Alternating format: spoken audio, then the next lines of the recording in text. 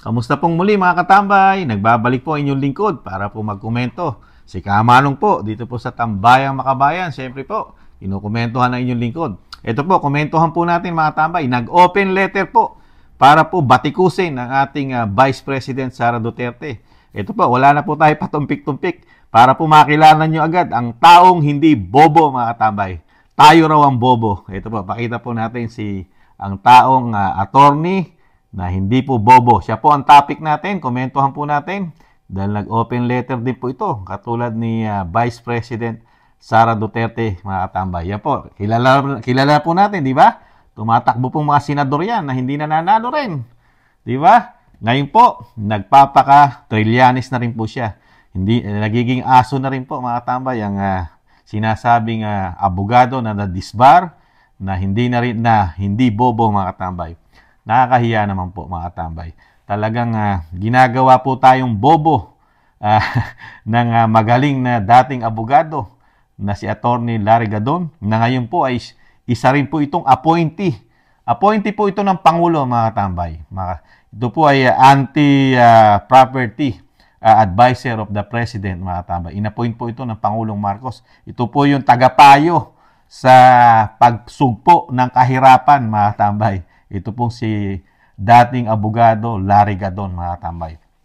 At ito po ay paswelduhin din po ng taong bayan ito, ng taxpayer. Paswelduhin po natin to mga tambay. Ngayon, binabatikos niya po ang Vice President, lalo po rito sa, yung talagang kinukuyog ng mainstream media at pilit pinasasama ang Vice President na parang walang ginawang pagkakamali. Ang general, ang PNP chief ng PNP, siyempre si General Marbil, at halos kinakampihan pa ng magaling na advisor ng Pangulo. Ito po si Larry Gadon, mga tambay. Kung tatanungin nga rin natin, kamusta na po kaya ang kahirapan ng mga Pilipino, Mr. Larry Gadon? Kayo po pala tagapayo, tagabulong para po sa pagsugpo ng kahirapan ng Pilipinas. Hindi nyo po kaya binubulungan man lang si Mr. President na unang-unang bulungan niya Sir, Ma'am, kailan po kayo magpapadrug test? Dahil po ang taong bayan, ang tingin po sa inyo, addict, drug user po. Dapat binubulungan nyo po dahil kayo po ay tagapayo, tagabulong, di ba? Yun po sana una nyong binubulong sa presidente natin at sa First Lady na para yung tingin ng mga Pilipino about sa droga, malinis na po. Di po ba, Mr. Secretary Larry Gadon? At pakibulong na rin po. At paki-advise na rin po sa Pangulo kung kailan po darating o yung pangarap na 20 pesos na bigas sa buong Pilipinas po, sa buong merkado. Hindi lang po sa kadiwa. Kayo po ay anti-kahirapan. Anong nangyayari po? Sa kadiwa nyo lang po kami pinapagod para maghanap ng kakainin at makakabili ng murang bigas. Sa kadiwa. Yung kadiwa ay ilang piraso lang. Tapos pagmamalaki nyo, di ba? Dahil ito ang specialty ni Mr. Larry Gadon, Mr. Secretary. Anti-kahirapan po ito. Kaya po saklaw niya po ito, mga tambay. Pagkain. Di po ba? Ngayon, pinagmamalaki nila yan, di ba? Makakabili raw sa kadiwa ng murang bigas. Pero ibalik po natin dito kay Vice President Sara Duterte, mga tambay. Ito po, binanatan niya po na wala siya nakikitang pagkakamali sa ginawa ng PNP chief na si General Marbil dito sa pagbawas po. Sinawsawan niya po ito dahil ito po ay nagiging attack dog. Talagang pangontra po dito po sa nilabas po ni Maharlika at ni Miss Cathy Binag, mga tamay, Cathy Binag. For sure, para hindi po magkamali si Kamanong, tingnan nga po natin ang pangalan talaga ni Cathy. Cathy Binag, mga tamay. Mahirap na po magkamali. Yan po, yung pinalabas po na video na Voltes 5. Ito po ang attack dog na pangontra dito po sa pinalabas po ni Miss Cathy Binag at ni Miss Maharlika, mga tambay. Si Larry Gadon po ngayon. Noong nakaraan po, ang ginawa po nilang panangga at matwist para malihis ang issue, si Uncle Manny. Ngayon naman, si Uncle Gadon, mga tambay, ang tumutwist para mawala yung issue kay Cathy Binag, mga tambay. Ano po ang pinuputok ng butse ni dating abogado na disbar na si Attorney Larry Gadon na secretary ng anti-kahirapan, mga tambay, advisor. Ito po, dahil daw po napakaraming security ng Vice President, ito daw po yung maabot na kulang 500, mga tambay. Be exact, 448. Binawasan lang daw po na 75 dahil sa kakulangan daw ng pangangailangan ng kapulisan, ng PNP para po sa buong Pilipinas, mga tambay. Kulang na kulang daw ang mga pulis. At isa pa niya sinabi, hindi rin daw niya matanggap na yung sinabi nanawagan ng Senador Bato para yung private citizen at yung mga sinasabing mga ex-military, yung mga retired, saka yung tayo, mga citizen, tayo na magbantay kay BP Sara. Hindi rin niya po matanggap yon yung mga ganong pananalita ni Senator Bato, mga tambay. Hindi raw katanggap-tanggap yun. At isa pa, napakalakas daw gumastos ng Vice President, ng Office of the Vice President, dahil sa dami raw ng security niya, napakaraming pera daw. Sana ang magagamit pa sa sinasabing mga proyekto ng gobyerno, katulad daw ng mga dagdag eskwelahan para sa mga pagkain daw na pangangailangan ng mga mahihirap na tao, mga tambay. Yung sinasabing 480 million na sinasahod daw po ito. Dahil kinumpute niya po, mga tambay, yung sinasabi niya 448 na security na nagbabantay sa seguridad ng Vice President, ay sumusweldo raw po ito ng 480 million a year sa loob lang po ng 12 buwan, mga tambay. Napakalaki, di po ba, ng numero? Kung titingnan po natin.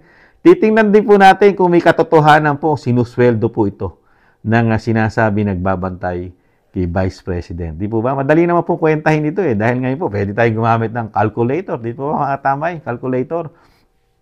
At halos sa kalahating bilyon na raw, mga katambay, ang sinasabi ng magaling na advisor at dating abogado na si Larry Gadon. Sana nga raw magamit sa talagang programa at kapaki-pakinabang na mga sinabi niya, di ba? Una-una, siyempre naging DepEd Secretary, di ba? Madagdag mga eskwelahan man lang daw itong pinasusweldo dito sa nagbabantay pa lang, mga katambay. Ito na ngayon ang kukomentuhan natin, mga katambay. Itong pinalalabas ni attorney, dating abogado na disbar na si Larry Gadon at ngayon appointee o appointed ng presidente na si PBBM. Ito po ay kontra sa kahirapan, mga tambay, taga-Bulong. Tingnan muna natin, mga tambay, ang sweldo ng isang secretary.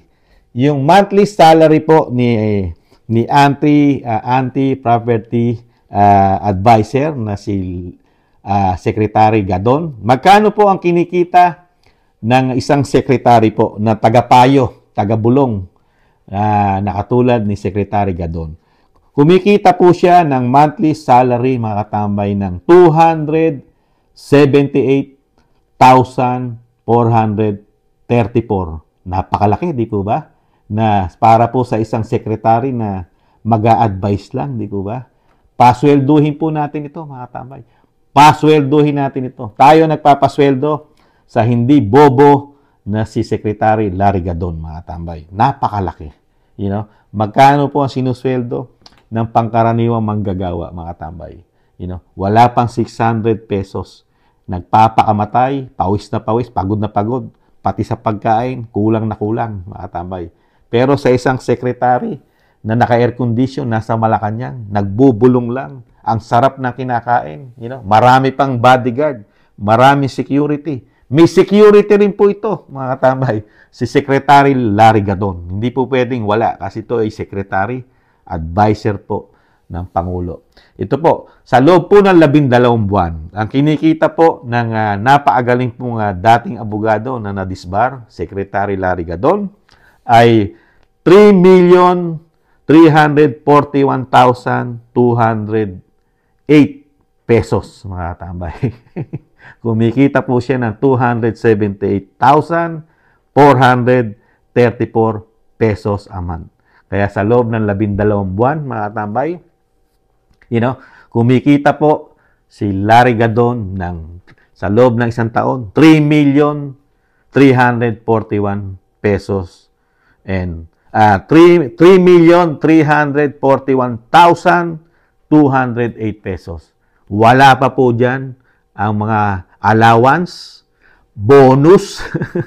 Hindi pa kasama yan, mga katambay, sa kinikita ng magaling na abogado na hindi natin nalalaman at wala tayong nararamdaman, mga Pilipino, sa kanyang posisyon na sinasabing siya ay advisor para sa pagsugpo ng kahirapan, mga katambay.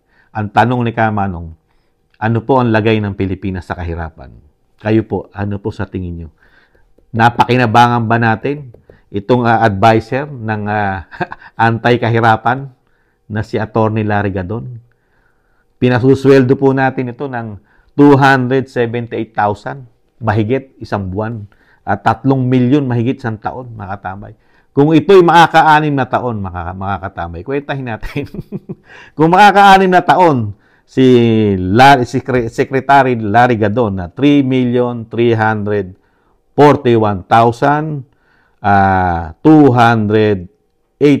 pesos times 6 years, kumikita po ito ng 20 million, mga katambay. 20 million ang kinikita niya. Napakasarap ng buhay, mga katambay. Kompleto sa bodyguard, may pa-service pa ang gobyerno sa sakyan, libre ang travel, libre ang bakasyon, at marami pang bonuses na kukuha ang isang Larry Gadon, mga katambay, sa pera ng bayan sa ating mga Pilipino, mga katambay. Hiyang-hiya naman tayo sa kanya para pagdiskitahan mo at parang pinangihinayangan mo yung nagbabantay kay BP Sara. Pupunta tayo dyan. Tapusin muna natin itong pinagkakaperahan ni Mr. Larry Gadon, mga tamay, ni Secretary, para boljakin niya at ipolitikal niya at talagang siraan niya, pasamain sa tao ang ating Vice President, mga tambay. Di ba? Ganito po kalaki. At hindi pa sinama ni Kamanong at hindi alam ni Kamanong kung magkano pa ang mga extraordinary nito. Yung mga bonuses, yung travel, yung mga pocket money, di ba? Mga pocket money, meron pa yan. Di ba? At yung mga sinasabing under the table daw po, di umano, iba pa yon. Mga tambay, kumikita na siya ng 3 milyon mahigit, sitting pretty, at wala tayong nakikitang pagbabago sa kahirapan ng bansa. Hiyang-hiya tayo rito, mga tambay. At yung pangako ng kanyang presidente na 1 million, kasama siya ron, na nag-a-advise yung 1 million pabahay sa isang taon. Kamusta na po kaya yon, Mr. Larry Gadon? Mr. Larry Gadon, kamusta na po kaya yon? Yung 1 milyong pabahay, pangako. Ito, tanungin natin si Atty. Larry Gadon, dahil anti-kahirapan ito. Kamusta na po yung mga pabahay ng mahirap? 1 milyon, isang taon. Kamusta na yon? Di ba? At kamusta na rin po kaya yung 5,500 na walang pinuntahang proyekto ng flood control na gumagastos po ng 1 billion mahigit isang araw, isang araw. According to sa kapatid na si Senador Amy Marcos. Ganong kalaki. Nasaan na kaya yun? Sana naipagawa na lang po natin ng mga eskwelahan yon, sir. At naipamudmod sa mga sinasabi mong mahirap at naipagawa na rin sana doon sa sinasabing 1 milyon na bahay. Isang taon. Di po ba, mga tambay? Napakalaking, napakalaking pera at walang nakikitang pagbabago sa kahirapan at lalo pa naghihirap ang mga Pilipino nung maging advisor po ito ng kontra kahirapan, mga tambay. Si Mr. Larry Gadon. Di ba? Lalo tumaas ang mga bilihin. Di ba? Napakalaki na inflation. Lahat tumaas na. Di ba? Kaya napasama po yata ang pasok pa nito sa gobyerno. Lalo pong namumblema ang mga Pilipino. Di ba? Dito, dali na naman po natin dito sa sinasabi niyang issue na sobra-sobra daw po ang pera na nalulustay ng Vice President, ng Office of the Vice President ng security. 448 daw po ang security ng Vice President. Dapat, inalam din mo, sinabi mo rin sa open letter mo, kung ilan naman ang security ng presidente. Di po ba? Sinabi mo sana, SONA pa lang ilang mil o ilang daang libo na o ilang libo na ang nag-secured sa presidente ng SONA. Bantay yun. Pasweldohin din po yun, di po ba? Kaya nagiging bias at ginagawang bobo ng isang magaling na disbar na abogado na hindi bobo na si Secretary Gadon. Ang mga Pilipino, ginagawang bobo. Di po ba? Sa tingin nyo po, ang security ng presidente ay kakaunti. Ginagawa tayong mga bobo, tanga, ng isang abogado, dating abogado, Mr. Larry Gadon, mga katambay. At yung mga nagsisecurity, nagbabantay sa presidente kasama amo niya at sa vice president, hindi po ito pangkaraniwan, hindi po ito private. Hindi po ito private na kumuha ang vice president ng magbabantay sa kanya ng extra na babayaran ng opisina ng vice president. Hindi po, ginagawa lang po tayong bobo, tanga ni Attorney Larry Gadon, mga katambay. Bakit ko nasabi? Yung mga nagbabantay dito kay Vice President kasama ng amo niya na si BBBM, mga militar at mga pulis. Ito po yung mga pulis. Di po ba? Ito po ay paswelduhin na at ng gobyerno. Ito po talagang pulis na. Hindi po kumuha ang Vice President ng private na babayaran pa ng another na extra money. Ito po'y bayad na. May pondo na po ito sa militar at sa PNP. Di po ba? At kahit hindi na presidente ang President Marcos Jr. at hindi na rin Vice President si Sara Duterte, ito pa rin ang mga bantay, ito pa rin mga militar at kapulisan. Di po ba? Hindi nyo nakakuha yung logic? Di ba may logic Forever na pong security yan at forever na pong pulis yan hanggang hindi nagre-retired ang mga sundalo at kapulisan. Mr. Larry Gadon, huwag nyo pong gawing tanga at bobo ang mga Pilipino. At pinalaki nyo pa ang sweldo. Di po ba? Gusto nyo ba tanggalan ng sweldo ang mga militar na nagbabantay sa presidente at sa vice president at ang mga pulis na nagbabantay sa vice president at sa presidente? Papatayin nyo ba ang mga pamilya niyan? May mga pamilya yan. Para sabihin nyo sa proyekto at doon na lang dalhin at nangihinayang kayo. Mga militar yan. Mga pulis. Hindi po ordinaryong tao kinuha ni Vice President. Di po ba? Hindi siya nag-hire na may budget ang opisina ng Vice President. Separate. Matagal na pong sinusweldohan ng gobyerno yan. Yung ating mga militar, kasundaluhan, mga kapulisan, Mr. Larry Gadon, kasama po sa budget yan. At walang lumalabas po sa opisina ng Vice President at Presidente dyan dahil may budget po dyan ang National Defense at ang PNP. Di po ba sa sweldo? Kaya, ginagawa nyo kami bobo, Mr. Larry Gadon. Para sana mala sinabi mo, kumuha ng private army at talagang pinasusweldo pa ng Vice President ng taong bayan. Meron ng kapulisan at meron ng sundalo. Kumuha pa ang Vice President ng 448 na dagdag pa, swelduhin pa. Sana'y ganon. Di ba ba? Sana ganon po, Mr. Larry Gadon. Doon natin mapupulaan si Vice President. May mga sundalo na. May mga pulis na, kumuha ka pa ng extra. O di, ano ibig sabihin nun? Dagdag gastos pa yan. Di po ba? Ni Juan de la Cruz. Pero, hindi na nga gagastos si BP Sara dahil nahandyan na yung mga militar, sundalo, mga pulis. Di po ba? Swelduhan na natin yan. Talagang magbabantay sila. Trabaho nila yan, bantayan ng Pangulo at ang Vice President. At pati ikaw, may bantay ka ng pulis o sundalo, lahat kayo na nasa gobyerno, Huwag mong sabihin pati ikaw, ikaw lang, wala. Abay, hiyang-hiya naman kami sarili mo. Kumikita ka ng 278,000, wala ka security. Aba, walang secretary na appointee ng Pangulo na walang security. Lahat meron. At mga pulis o militar ang nag-secured po sa mga yan, mga tabay. At ito pa, isa. Baka ikaw, singiling ka ng mga sundalo at pulis at napakalaki mong magkwenta ng sweldo nila. Di mo ba? Magkano po ang sweldo na sinasabi niya? Yung total na 448 na kapulisan na sinabi niya. Bantay, security. Ito po yung mga sundalo po ito. At pulis. 448 po ito. Kinumpute po niya na 480 million. Isang taon, 12 buwan. Magkano po lumalabas yun? Lumalabas po ng napakalaki po nun, mga katambay. Sumusweldo po ito. Sumusweldo po ito. Pag dinivide po natin yung 448, divide po sa 480 million. Lumalabas po, ang kita po ng isang bantay ng security ng Pangulo at ng Vice President ay kumikita po sila sa loob ng isang taon ng 1,071,428, mga katambay. Napakalaki, di po ba?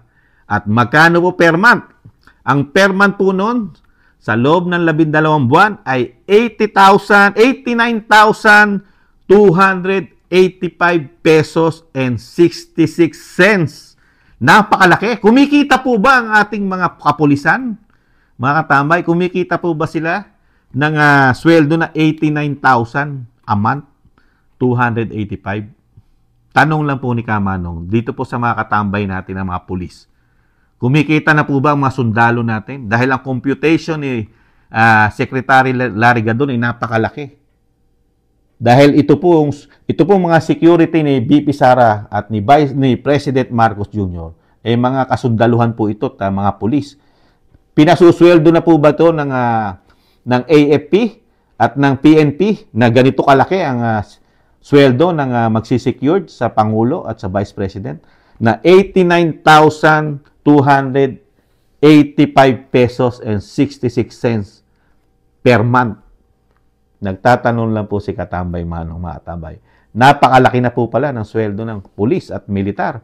Dinaig pa po ang sweldo ng doktor sa government hospital, di po ba? At dinaig pa ang sweldo ng teacher, mga katambay.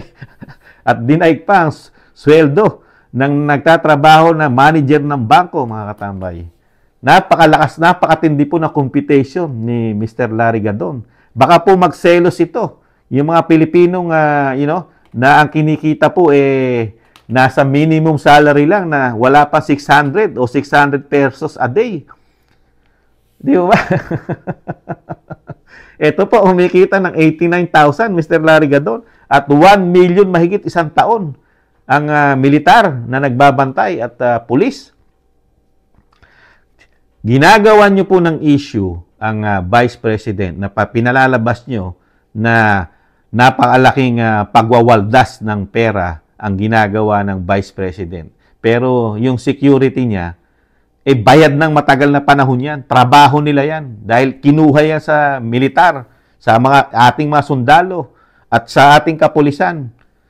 Maglilingkod yan. At kung may gyera man sa ating bansa, kung may gyera man, makikipaglaban pa sa gyera yan. Huwag naman sana magkagyera. Di po ba?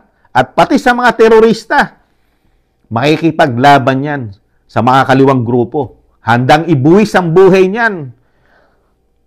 Di ba? Yung sinasabi natin na napakalaki mo magpasweldo, Mr. Larry Gadon, na 89,000 plus a month. Ito handang mamatay ang mga buhay nito. Kayo po ba? Handa ba kayong mamatay? Sinusweldohan kayo ng napakalaki. 278,000 a month. Tagabulong sa Pangulo para sugpuin ang kahirapan. Napakahirap ng bansa natin ngayon. Nasugpo ba? Nabawasan ba? Lalong lumala. Di po ba? Tapos itong mga nagbabantay ng mga militar, 89,000. Buhay nila kapalit pag nadisgrasya, pag may mga sakuna at banta sa buhay ng presidente at vice president. Samantalang yung isa, yumayaw-yaw lang, nagsisip-sip lang sa Pangulo para ma-twist yung issue sa droga. na pinalabas ni Maharlika at ni Cathy Binag. Kaya ngayon, yaw-yaw ng yaw-yaw. Kumikita ng 278,000 a month. Ikumpara mo sa mga security ng Pangulo at Vice President na pwedeng mamatay. You know? Kayo po mga tambay. Naniniwala po ba kayo dito sa pasabog ni Atty. Gadon na nadisbar at secretary po, advisor ng Pangulo? You know? Ginagawa pong bobo ang taong bayan. Pinalalabas po, masama, corrupt, waldas ang Vice President para nagbabayad ng extra na magbabantay sa kanya. Samantalang yun automatic na may budget na yan, bayad na yan, sumusweldo na sa kapulisan at sa kasundaluhan. Di ba? Nakakalungkot lang po. Kumikita ng 278,000 na isang secretary ng anti-kahirapan, mga tambay. Na ganito lang ang nangyayari sa ating bansa. Sobrang hirap. Nadoble ang kahirapan sa panahon ni dating Pangulong Duterte. Hindi ganito ang kahirapan natin kahit may pandemic. Di ba? Pero ngayon, sa media lang mabango. Pinababango lang nila di umano sa media. At tahimik. Nananahimik ang media, mga tambay. Iilan lang ang bumabanat. At ngayon, nakikisawsaw na ang isang Larry Gadon. Magkano kaya ang kapalit dito sa kanyang open letter, mga katambay, para lang masiraan ang ating VP Sara, mga katambay. Kayo po, ano po masasabi niyo, mga katambay, dito sa nadisbar at secretary, ng advisor ng ating Pangulo, si Atty. Larry Gadon, mga katambay. Muli po, maraming salamat po. At ingatan nawa po, tiis-tiis lang, makabango pa ating bansa. Paalam. Bye-bye.